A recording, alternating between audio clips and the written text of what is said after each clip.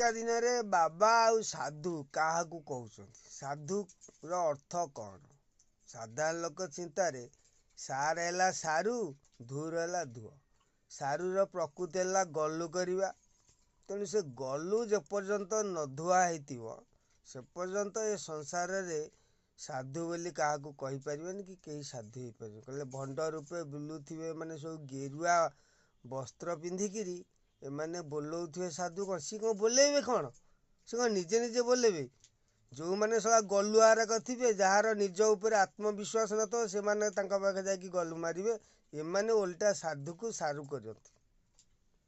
ଯଦି ତ ଅଛି କଥାରେ ବିଶ୍ୱାସ ମିଳନ୍ତି ହରି ତର୍କେ ବହୁ ଦୂର, ତାହେଲେ ତମେ କାହାକୁ, ତମେ ତ ବିଶ୍ୱାସ ତ ତମ ଉପରେ ତମ ନିଜର ନାହିଁ, ତାହେଲେ ତମେ ତର୍କ ଯାକେ ଯିବ କ'ଣ?